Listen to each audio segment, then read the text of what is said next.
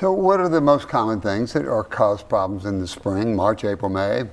So we see spring allergies attributable a lot of times to the pollens, especially trees and grasses. So trees, now is it just the pretty trees that cause the problems, or any special kind of tree? And what's the tree flower like, and where does the pollen come from?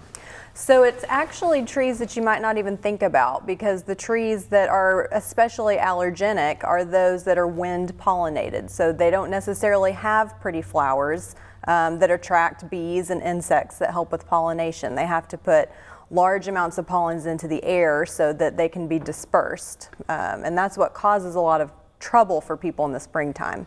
What does pollen look like? Well, you might see it all over your car in the springtime. You'll see yellow. Stuff, you can write your name on it.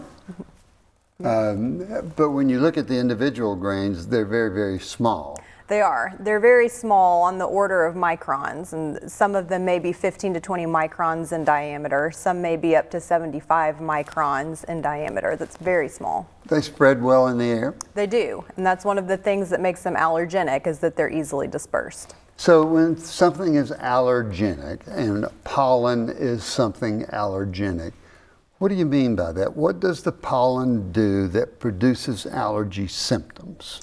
So you'll breathe these things into the respiratory tract. When you're talking about hay fever or allergic rhinitis, you're drawing these things into the nasal tissue, and they're sitting there and they're causing an allergic response in the nose.